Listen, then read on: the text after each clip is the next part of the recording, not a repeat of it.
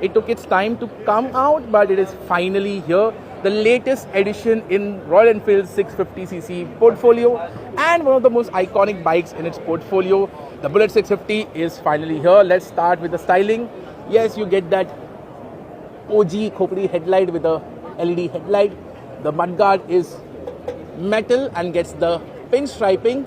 And talking about pinstriping, yeah, the Bullet can't be a Bullet without its pinstriping work, and